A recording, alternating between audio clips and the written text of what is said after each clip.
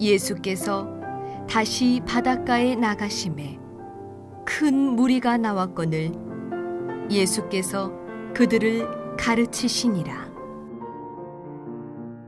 또 지나가시다가 알페오의 아들 레위가 세관에 앉아 있는 것을 보시고 그에게 이르시되 나를 따르라 하시니 일어나 따르니라.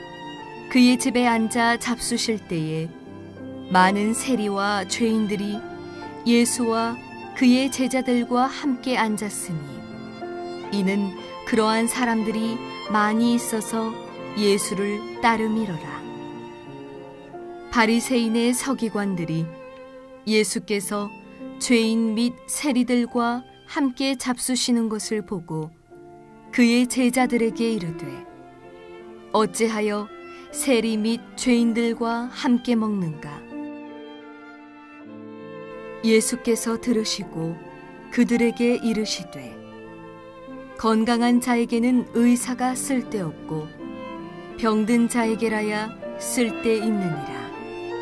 나는 의인을 부르러 온 것이 아니요 죄인을 부르러 왔노라 하시니라. 네, 여러분, 오늘 이 본문의 이야기는 예수님이 이 땅에 왜 오셨는지 그 이유에 대해서 아주 분명하고 명확하게 말씀하고 있습니다. 오늘 우리가 함께 읽었던 우리 17절 말씀, 예수님께서 이 땅에 오신 이유는 바로 죄인을 부르러 왔다라고 아주 분명하고 명확하게 말씀하고 있습니다. 여러분, 특별히 이 마가복음의 이야기는요, 1장부터 보면 예수님의 이 공생의 시작을 아주 짧게 알려줍니다. 다른 이 공간복음보다 더 예수님의 이야기는 짧고 바로 예수님의 이 귀한 사역의 이야기들이 아주 빠르게 진행되고 있는 것처럼 이 마가복음은 기록을 하고 있어요. 여러분, 마가복음 1장 21절 한번 쭉 보시겠어요? 그때부터 예수님께서 그전에는 예수님이 세례를 받으시고 제자들을 부르는 장면이 나오고 1장 21절 몇 절 안 지나서 바로 예수님의 사역이 막 시작이 됩니다. 여기 보면 더러운 귀신 들린 사람을 고치는 이야기가 21절부터 28절까지 등장합니다. 29절에서는 어떤 사람을 고칩니까? 시몬의 장모가 열병이 들었는데 그를 고치는 이야기가 등장을 합니다. 그리고 나서 40절에 보면 나병 환자를 고치는 일이 일어나고요. 2장 1절에 보면 그 이후로 중풍병자를 고치는 이야기들이 나옵니다. 그러면서 주님께서 건강한 자에게는 의사가 쓸데없지만 병든 자에게는 쓸데가 있다. 이런 죄인들을 내가 고치고 구원하기 위해 이 땅에 왔다라는 이 마가복음의 이 진행의 모습이 성경에 잘 기록되어 있는 것이에요. 여러분, 생각해보면 방금 이야기했던 이 병들은 그 당시 때 잘 치료가 되는 병이었을까요? 잘 치료가 안 되는 병이었을까요? 치료가 거의 안 되는 병이었어요. 더러운 귀신이 나간다는 게 어려웠던 일이었고요. 중풍병자, 그리고 또 이 가까운 시몬의 장모의 열병, 그리고 또 나와 있는 나병 환자를 고치는 것, 이런 것들이 그렇게 쉬운 일은 아니었습니다. 그러면서 주님께서 이렇게 힘들고 어렵고 죄 많은 사람들이지만 이들을 내가 구원하기 위해 이 땅에 말씀을 분명히 얘기하면서 바로 오늘 등장하는 이 세리 레위를 주님의 제자로 삼은 이후에 이 죄인들을 구하기 위해 왔다라고 이렇게 얘기를 합니다. 여러분, 생각해 보면 이 세리가 상당히 이 악한 존재, 병이 들어있는 존재 중에 가장 심각한 사람이다라고 유대인들은 판단할 수 있었어요. 그러면서 이 세리가 이 예수님의 제자를 따른 그 이야기 이후에 주님이 이 땅에 오신 이유를 말씀해 주셨잖아요. 그렇다면 특별히 이 세리 레위가 어느 정도 죄인이었을까 우리는 한번 추측해보고 생각해 볼 수가 있습니다. 여러분, 오늘 본문에 등장하는 이 사람의 이름이 레위라는 사람이고 이 사람의 직업은 세리입니다. 우리가 너무나 잘 알고 있어요. 세금 징수의 일을 하는 사람이 바로 세리입니다. 그 당시 때는 공무원이기보다는요, 일종의 사업가 같은 사람이었습니다. 그래서 여러분, 세리는 이스라엘 백성들에게 죄인의 아주 대명사였고 대표적인 죄인이라는 이름을 붙일 만한 사람이었다는 거예요. 오늘 본문도 보면 세리와 죄인들이라는 이 단어가 14절, 16절에 3번이나 반복해서 사용되고 있습니다. 그러니까 이들이 얼마나 큰 죄인이었다는 것을 이 마가복음은 다시 강조를 하고 있는 거예요. 여러분, 세리는 이방인이지만 이스라엘인이지만 이방인이면서 정복자인 로마 사람들을 돕는 일을 했죠. 자기 이익을 위해 같은 민족의 피를 빨아먹는 그 일을 했던 사람이 바로 세리였습니다. 우리나라도 일제 압제 가운데 있었기 때문에 아시겠지만 여러분, 친일파라고 하면 여러분 마음이 어때요? 별 생각이 없으신가 보네요. 그죠? 친일파라고 그러면 어때요? 마음속에? 괜히 진짜 나쁜 XX 이런 생각 들잖아요. 그러니까 이스라엘 백성들이 세리를 바라볼 때 그런 느낌으로 보였다는 겁니다. 그 당시 여러분, 이 세리가 되기 위해서 이 로마인의 하수인이 되기 위해서 약간 이 중간에 로마인들의 브로커 역할을 했다고요. 실제 문헌을 보니까 은 8달란트 약 4천만 원의 이상의 뇌물을 받은 경험이 있다라고 역사적인 내용에도 기록이 되어 있습니다. 그 당시 세리가 되려면요, 경매와 입찰 방식으로 세리가 되는 것을 얻었어야 되는 거예요. 그러니까 돈 많은 사람이 돈을 많이 내서 세리가 될 수 있었던 겁니다. 입찰이 돼서. 그러니까 결국에는 자기가 돈을 내서 자리를 얻었으니까 어떻게 해야 돼요? 돈을 벌기 위해서 더 많이 악한 일을 했던 사람이, 피를 빨아들여서 자신의 돈을 모으려고 혈안이 된 사람이 바로 세리였다는 겁니다. 실제로 이 세리의 사회적인 모습, 윤리적인 모습으로 악하게도 했지만 이스라엘 사람들이 특별히 더 싫어했던 이유는 율법적으로 부정한 사람들이었기 때문에 그래요. 여러분, 세리가 이방인들을 자주 만나잖아요. 그렇죠? 그리고 로마인들한테 청탁을 해줄 수 있는 사람의 돈을 받아서 주다 보니까 이 사람들은 율법적으로 이방인들과 함께 생활하는 시간이 많았습니다. 그래서 특별히 이 하마르톨로이라는 이 죄인들이라는 단어를 쓰는데, 이때는 이 율법을 지킬 수 없는 사람들을 사용할 때 쓰는 단어였어요. 여러분, 유대인들에게 이런 이 죄인들이라고 말하는 사람은 세리, 창녀, 안식일을 지킬 수 없는 양을 치는 목자들, 그리고 또 무두장이 같이 안식일이 없이 지내는 사람들이 이 사람들한테는 더 큰 죄인처럼 여겨졌다는 겁니다. 그러니까 이 세리는 항상 부정하고 죄인으로 유대인들이 볼 때는 그런 사회적인 일도 악했지만 율법적으로 완전하고 온전하지 못한 자가 바로 이 세리라고 생각을 했다는 거예요. 어떻게 보면 이스라엘 공동체에서 가장 죄인 중에 죄인이 세리라고 생각을 하는 겁니다. 공동체에서 가장 소외된 자들이고 세리가 주는 걸 받으면 이스라엘 사람들은 안 됐어요. 요즘에는 뭔가 이렇게 여러분, 이 LH 공사에서 요즘에 말이 많죠, 그죠? 땅 투기 아마 관련돼서 착복한 사람도 많을 거고, 착복된 돈을 받으면 또 그 관계가 맺어져 가지고 뇌물도 많이 받은 사람들도 많이 있을 거예요. 아마 여러분들 그런 돈을 여러분들에게 준다고 그러면 나는 받겠습니다. 한번 손 한번 들어보세요. 이럴 때 손 들면 이상해지는 거죠, 그죠? 받고 싶잖아요. 그래도 만약에 그런 일이 생기면. 근데 유대인들은 세리가 주는 돈은 절대로 받지 않았어요. 부정했기 때문에.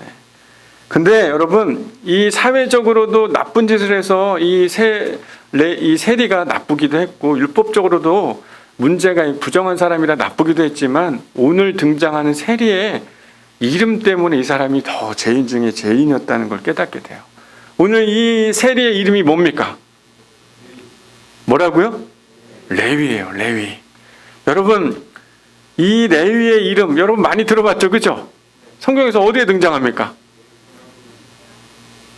그렇죠, 너무 잘 알고 있네요. 야곱과 레아의 3번째 아들이었습니다. 그리고 나중에는 이 레위의 후손들이 어떤 일을 해요? 레위인이 돼서 제사장의 역할을 돕는 그 일을, 하나님과 이스라엘 백성들을 연합하게 하는 일을 하는 그 사람이 바로 레위인들이었어요. 레위라는 단어의 뜻이 하나님과 연합하다, 이런 뜻이 레위입니다. 근데 여러분, 그 당시 때 이 레위라는 이름은 레위인 말고는 쓸 수 있어요, 없어요? 없었어요. 그 이름을 누구도 쓸 수가 없었습니다. 레위인만 쓸 수 있었던 거예요. 근데 오늘 이 알페오의 아들 레위가 세간에 앉아 있었다라고 할 때 이 알페오라는 그 레위의 아버지는 글로바라는 헬라식의 이름을 바꾼 겁니다. 실제로 이 사람도 레위의 아버지니까 레위인이에요. 레위 지파에 소속된 사람들입니다. 실제 이 레위인들이 이 이스라엘 공동체에 함께 지내다가 BC 169년에 안티오쿠스 4세에 의해서 핍박을 받아서 율법을 가지고 있거나 지키고 있는 사람들은 다 죽게 되니까 이스라엘, 예루살렘, 이 나사렛으로 퍼져가 있는 한 레위 지파의 후손이었다라고 생각해 볼 수 있습니다. 그러니까 한번 레위인은 후손들이 다 뭐가 되는 거예요? 레위인이 돼야 되는데 지금은 그럴 수 있는 상황이 되지 못하니까 물고기도 잡고 오늘 이 세리가 등장하는 것처럼 이런 세리의 일들을 하고 있었다는 거예요. 어떻게 보면 이 오늘 등장하는 세리인 레위, 율법적으로 완전하지 못하고 이방인의 앞잡이가 돼서 사회적으로 악한 일을 하고 있는 것도 문제였지만 더 큰 문제는 뭐였냐면 바로 하나님의 일을 하고 하나님과 연합하는 일에 있어야 되는 그가 지금은 가장 하나님과 가장 멀어져 있는 사람들의 눈에 보여지는, 특별히 바리새인의 서기관들의 눈에 봤을 땐 하나님을 섬기고 하나님 뜻 가운데 연합돼 있어야 될 이 레위가 지금은 어떻게 보이는 거예요? 세리로 가장 죄인 중에 죄인으로 보여지는 거예요. 예수님이 왜 내가 죄인을 구하러 왔다라고 하면서 이 세리를, 이 레위를 제자로 삼으시고 나서 이야기를 한 이유가 여러분 이해가 되십니까? 이스라엘 백성 중에 가장 죄인 중에 죄인이 바로 오늘 등장하는 세리 레위였다는 거예요. 사회적으로도 악할 뿐만 아니라 하나님의 계명에 멀리 있을 뿐만 아니라 하나님을 섬기며 하나님과 함께 연합해 있어야 될 그가 하나님과 전혀 다른 돈을 섬기며 돈을 우상으로 사랑하며 살아가고 있는 그를 주님께서 보시고 제자로 삼았다는 겁니다. 어제 이렇게 뉴스에 보니까 예전 대통령이었던 이 전두환 씨의 둘째 아드님인 전재용 씨가 목사님이 이제 된다는 소문이 기사에 막 나왔더라고요. 신학교에 다니고 있고 이제 목사의 삶을 살겠다. 이런 그 기독교 방송에도 나오고 뉴스에 나왔습니다. 많은 사람들이 그 기사를 보고 황당해 하더라고요. 정말 이 사람이 목사가 되려고 하는 게 맞는가? 탈세와 이 세금, 개인의 어떤 가정사와 결혼의 다양한 문제들로 인해서 참 심각한 문제가 있는 사람인데 2017년에 이제 복역을 하면서 이제 감옥에서 찬송가 소리를 들으면서 하나님을 만나게 되고 본인이 진짜 아버지와 가족들을 구원하기 위해 목사가 돼야 되겠다 이런 생각을 했다고 하더라고요. 그러면 사람들이 막 거기다 답글을 막 달았는데 어떻게 답글을 달았냐면 잘 믿어지지 않는다. 너가 이 세금과 관련된 문제와 이 모든 걸 당신이 다 처리하면 그때는 좀 내가 진정으로 됐다라고 믿겠다라고 이렇게 사람들이 막 답글을 막 달았더라고요. 사람들이 볼 때는 그게 마음속에 의심으로 더 많이 보여지는, 뭔가 이유가 있겠구나 이렇게 생각이 되는 거예요. 모르겠습니다. 뭔가 이 진정성을 믿겠다는 사람들의 눈앞에 어떤 결단이 있을지는 전 잘 모르겠어요. 그런데 오늘 본문에 등장하는 이 세리 레위는요, 놀라운 결단을 합니다. 아주 놀라운 결단을 해요.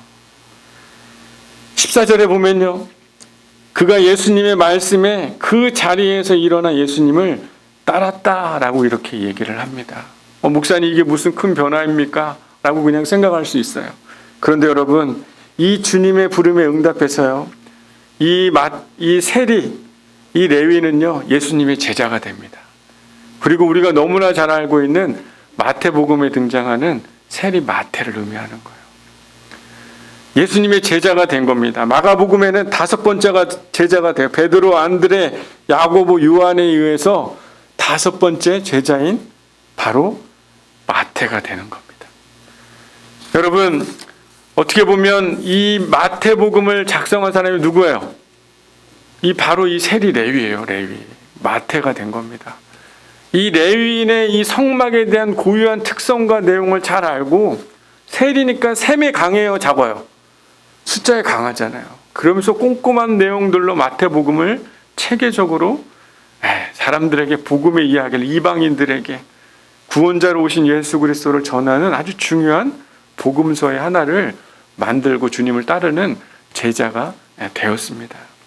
근데 여러분, 마태라는 그 이름의 뜻이 뭐냐면 하나님의 선물이라는 뜻이에요. 뭐라고요? 하나님의 선물. 하나님과 연합의 삶을 살아가야 되는 데가, 그 사람이 그렇지 않은 삶을 살았다가 이름을 개정을 하는데 뭐로 바꿨다고요? 하나님의 선물. 자신의 인생이 하나님의 선물이 되기를 소망하고, 진짜 내가 진정한 레위인으로서 하나님을 섬기며 하나님의 뜻 가운데 살아가기 위한, 진짜 내가 하나님의 선물이 되길 위한 결단을 하고 그냥 따르는 정도가 아니라 그의 모든 삶이 다 변화돼서 예수 그리스도를 위한, 하나님의 나라와 복음을 위한 삶을 살았던 것을 성경 속에서, 마태복음의 이야기 속에서 볼 수가 있습니다. 여러분, 레위가 보여주는 이 회개는요, 그냥 뭔가 이 레위인의 모습으로 바뀐 것, 하나님을 따르는 모습으로 바뀌는 정도로 바뀐 게 아니에요. 주님을 따르고 주님과 연합하는 삶을 살았다는 겁니다. 과거의 잘못을 눈물로 회개하거나 그냥 내가 다시 잘 살아야지라고 하는 결심하는 정도가 아니라, 감상적인 음악 때문에, 분위기 때문에 찬송가를 소리를 듣고 내가 마음을 바뀐 게 아니라 진짜 하나님의 부르심 앞에 자기가 살아가겠다는 결단이요, 삶의 변화요, 진정한 돌이킴이 그의 삶에 있었다는 것을 우리는 기억해야 하는 것이에요. 하나님의 뜻이 아닌 것과 연합해서 살아왔던 그가 이제는 그 삶을 멈추고 돈을 사랑하고 돈과 연합하며 살았던 그의 삶을 버리고 하나님과 연합하여 원래 이름대로 하나님을 예배하며 하나님을 위한 삶을 살아가는 진정성 있는 삶의 변화가 그에게 일어났기 때문에 진짜 그가 예수를 따랐다라고 이야기할 수 있는 것입니다. 여러분, 진정한 돌이킴은요, 우리가 죄인이지만 여전히 연약하고 부족함 가운데 있지만 우리의 몸과 마음의 주인이 누구인지 분명히 깨닫고 우리가 사랑하고 우리가 붙잡고 있고 놓지 못하려고 했던 것들을 버리고 주님을 따르는 그 모습이 진짜 돌이킴과 회심이 있는 사실이라는 것을 여러분 꼭 기억하기를 소망합니다. 여러분, 생각해 보면 우리들의 삶에 여전히 우리가 붙들고 있는 것들이 많을까요? 적을까요? 솔직히 많아요. 많습니다. 이번 주에 저희 이제 코칭 네트워크라고 해서 목사님들 중에 같이 이제 말씀을 묵상하고 배우며 함께 공부하는 모임이 있어요. 지방의 모임인데, 제가 그 모임에서 이제 내가 만든 신이라는 그런 책들을 읽고 함께 소감을 나누고 발표하는 시간을 가졌어요. 그런데 많은 사람들이 생각할 때 자신은 우상을 섬기지 않는다라고 생각합니다. 왜냐하면 우상이라는 건 눈에 보이는 것이고 확연하게 드러난 것들을 절할 때 우상이라고, 우상을 섬긴다고 그러잖아요. 근데 지금 시대에는 보이지 않는 우상이 훨씬 더 많아요. 우상이라는 게 뭡니까? 하나님의 1계명이 뭐예요? 나 외에 다른 신을 두지 말라. 2계명에 다른 어떤 것도 형상이라도 그걸 새기지 말라. 결국에는 하나님 외에 다른 것을 사랑하고 그것을 믿고 그것이 내 삶의 주인이 되어 있다면 그것이 우상이 되고 하나님과 떠난 삶을 말하고 있는 것 아니겠어요? 저도 곰곰이 생각을 해봤습니다. 그러면서 이 코로나 위기 가운데 많은 교회들이 어렵더라고요. 그러면서 목사님들도 이런저런 얘기를 하면서 저의 이야기를 솔직히 나눠보겠습니다. 빨리 코로나가 회복돼가지고 교회가 안정이 되기를 소망하는 마음이 있었어요. 여러분들 그런 마음이 있으시죠? 여러분, 이거 우상일까요? 아닐까요? 아니죠. 아니에요. 그런데 솔직하게 제 마음을 들여다보면 빨리 교회가 정착되기를 바랬습니다. 좋은 마음이에요. 나쁜 거 아닙니다. 그런데 그 마음속에는 어떤 마음이 있었냐면 빨리 사람들이 모여서 이곳에서 내가 목회를 잘하고 있고 이곳에서 뭔가 내가 목사로서 뭔가 아무것도 안 하고 있는 게 아니라 더 내가 드러내 보기를 소망했고, 더 교회가 더 잘 보여지는 모습대로 잘 이루어가기를 소망하는 마음이 내 마음에 있었다는 거예요. 목사님, 그게 나쁜 겁니까? 좋은 거 아니에요? 여러분 그렇게 생각할 수 있지만 제 마음속에 하나님 앞에 겸손하게 되돌아보니까 그게 내 욕심이고 내 뜻을 이루고 싶어하는 마음이고, 성도들을 사랑하고 보고 싶고 하나님 예배하고 싶은 마음도 있지만 내 이면 안에는 그거 말고도 내가 챙기고 싶어하는 게 있는 거예요, 없는 거예요? 여러분은 제 안에 있는 걸 모르니까 저는 그 챙기고 싶은 게 있었더라고요, 제 마음속에. 여전히 하나님을 내가 사랑한다고 얘기하지만 속으로는 좋은 목회자가 되고 싶고 좋은 교회를 이루어가고 싶어하는 마음이 제 마음에 있었습니다. 우리는요, 우리의 삶에 행복한 삶이라는 명목 아래 뭔가 내 삶에 의미 있을 거가 되기를 원하는 나의 모습, 나도 가치 있는 사람이 되고 싶고 더 중요해지고 삶의 안정감이 들 만한 일들로 하나님을 대체하며 살아가고 있는 게 우리의 모습인 것 같아요. 결국 무엇인지는 우리는 분명하게 말할 수는 없지만 성공을 위해 열심을 내고 뭔가 열정과 에너지를 내는 거 나쁜 것 아니죠. 하지만 그게 왜 내가 이런 열정과 열심을 내고 있는가? 내가 이런 돈과 가정의 자녀와 내 직업과 성취와 많은 사람들이 내가 이루어낸 것에 대한 사람들로부터 인정을 받는 것, 어떤 도덕적이고 가치관을 따르는 것이 좋은 것 같지만 마치 그걸 통해서 나를 드러내 보이려고 하는 것, 육체적인 무엇인가 아름다움을 보여주려고 하는 수많은 우리의 모습들, 겉으로는 다 좋아 보이는 것 같지만 결국에는 나도 가치 있는 사람이 되고 뭔가 나를 위해 열심히 살아가고 있는 그런 나의 노력들이 어찌 보면 하나님을 대체한 가짜 신과 같은 그런 모습들이 우리 안에 있다고 생각해요. 생각해보면 우리의 행복을 위해 결국에 열심히 노력하지만 늘 실망을 안겨주며 우리의 삶은 그것으로 인해 나름대로 어려움과 위기들을 빠지게 되는 것 같습니다. 여러분, 사람들이 마음속에 우상을 어떻게 대하는지 성경은 세 가지의 은유로 이야기를 해주고 있는데, 첫 번째는요, 우상을 사랑을 합니다. 두 번째는 그것을 믿습니다. 안정감을 줄 거라고 믿어요, 그것이. 세 번째는 결국엔 그것이 나의 군주가 되어 주인이 되어 그것을 쫓으며 살아가고 있다면 결국엔 나도 모르게 하나님 외에 다른 그 우상을 쫓고 있는 삶을 살고 있는 것이라고 성경은 말하고 있는 것이에요. 여러분, 참 재미난 건 이 병들어가고 있던 세리를 향해 주님이 보고 있었다라고 얘기해요. 여러분 한번 14절 한번 보시겠어요? 예수님이 그냥 지나가는 길이었습니다. 14절에 또 지나가다가 그냥 지나가는 길에 알페의 아들 레위가 세간에 앉아있는 것을 보셨다라고 합니다. 어디에 앉아 있었다고요? 세간에. 여러분, 그의 이름대로 하나님을 섬기며 사랑하는 그가 지금 앉아있는 곳이 어디예요? 세간. 여러분들도 솔직하게 여러분들이 삶을 살아가고 있는 자리에 이게 하나님을 위한 것이 아니고 내가 진짜 하나님을 섬기며 사랑한다라고 살아가는 게 아니라는 걸 알면서도 여러분 살아가는 삶의 자리들이 있지 않습니까? 겉으로는 아닌 것 같지만 실제로는 내 마음속에 이게 진짜 하나님을 위한 일인가 아닌가, 날마다 항상 올바른 결정을 하고 있는가, 이런 삶을 살아가고 있는 모습을 주님이 우리를 보고 계신다는 것이. 그러면서 주님이 찾아오셔서 이 세리 레위에게 뭐라고 얘기합니까? 나를 뭐하라? 따르라. 아마 주님은 우리의 삶에 오셔서 동일하게 이렇게 말씀하실 거예요. 나를 따르지 않겠니? 그동안 네가 추구하며 생각하며 마치 아닌 듯 너 자신을 위해서 열심히 살아가고 하나님의 뜻과 멀어져서 살아가고 있는 너의 인생 가운데 있는 이 두 가지의 마음에 있는 것들을 내려놓고 바로 나를 따르지 않겠니? 라고 주님이 여러분의 삶에 찾아오셔서 끊임없이 이야기하고 말씀하지 않았습니까? 여러분, 주님을 따르는 저와 여러분이 되기를 소망합니다.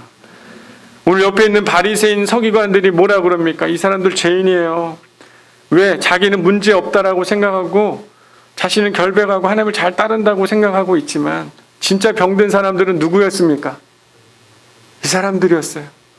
자기가 아무런 문제 없다라고 생각하고 나는 열심히 신앙생활하고 있다라고 이야기하고 있지만 겉으로는 잘하고 있는 것 같지만 속 안에는 진짜 하나님을 경외하는 마음이 없고 하나님 없이 살아가도 괜찮으며 자신의 의로움과 자신이 생각하는 신앙의 기준에서 열심히 잘하고 있다라고 판단하고 있는 그들이 진짜 구원받아야 될 죄인이었다는 것입니다. 세리는요, 자기가 얼마나 나쁜 사람이었고 얼마나 하나님의 율법 가운데 멀어져 있는 사람이며 진짜 하나님과 연합하는 일에 멀어졌던 자기 자신을 깨닫고 그 자리를 박차고 일어나서 진짜 예수님을 따르는 제자가 되었잖아요. 사랑하는 여러분, 요즘에는 이 죄에 대한 이야기를 교회에서 하기도 어렵습니다. 불편하잖아요. 이야기를 하는 돌을 던지는 사람 먼저, 목사님 먼저 깨끗합니까? 이렇게 말하면 저도 할 말이 하나도 없어요.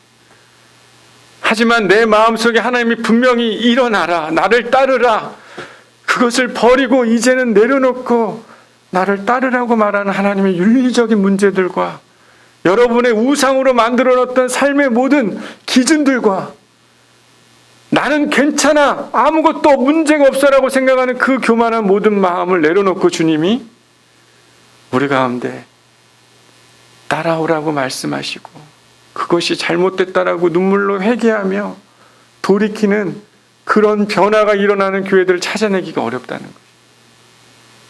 그런데 진정한 주님이 원하는 것은요, 그 자리를 일어나 주님을 따르는 그 축복의 인생이 되기를 주님이 원하신 줄 여러분 믿으시기를 바랍니다. 솔직히 까놓고 얘기해 보자고요. 주님이 여러분 마음속에 여러분 두드렸던 문제들이 분명히 있으리라고 생각합니다. 이제는 좀 털고 나와야 되지 않겠니? 여러분, 그 자리를 오늘 주님께서 다시 한번 물으시고 다시 한번 말씀하신다면요, 순종하여 그 자리에 일어나는 저와 여러분이 되기를 소망합니다. 하나님의 선물이 되기를 소망합니다. 분명히 예수 그리스도를 따르는 그 삶을 여러분이 선택할 때 주님께서는 분명히 여러분에게 놀라운 하나님의 선물들을 더하여 주시리라고 저는 확신합니다. 주님은 의인을 부르러 온 것이 아니라 건강하지 않고 병든 죄인들, 바로 우리를 부르며 구원하여 하나님과 연합되어 하나님의 뜻을 따르는 삶을 살도록 이 땅에 오셨다는 사실 여러분 꼭 믿으시고, 언제든지 우리가 다시 그 자리를 일어나 주님께로 돌아가면 주님이 우리를 용서해 주시고 우리가 주의 길을 따르겠다라고 결단하기 시작할 때 하나님의 놀라운 성령의 능력이 저와 여러분의 삶을 사로잡아서 하나님의 놀라운 그 은혜의 자리로 우리의 삶을 인도해 가는 것들을 경험하게 되리라고 믿습니다. 사랑하는 여러분, 주님이 우리를 부르시고 하나님과 연합하여 살아가는 변화된 인생, 자신의 우상으로부터 떠나 죽음에서 생명의 길로 변화되는 진정한 회심의 사건, 그 변화의 그 시작이 오늘이 되기를 소망하고 다시 주님의 참된 제자로 예수 그리스도의 좋은 소식을 나누며 전하며 살아가는 그런 주님의 귀한 제자들이 되는 귀한 이 날이 되기를 소망합니다. 우리 기도하겠습니다.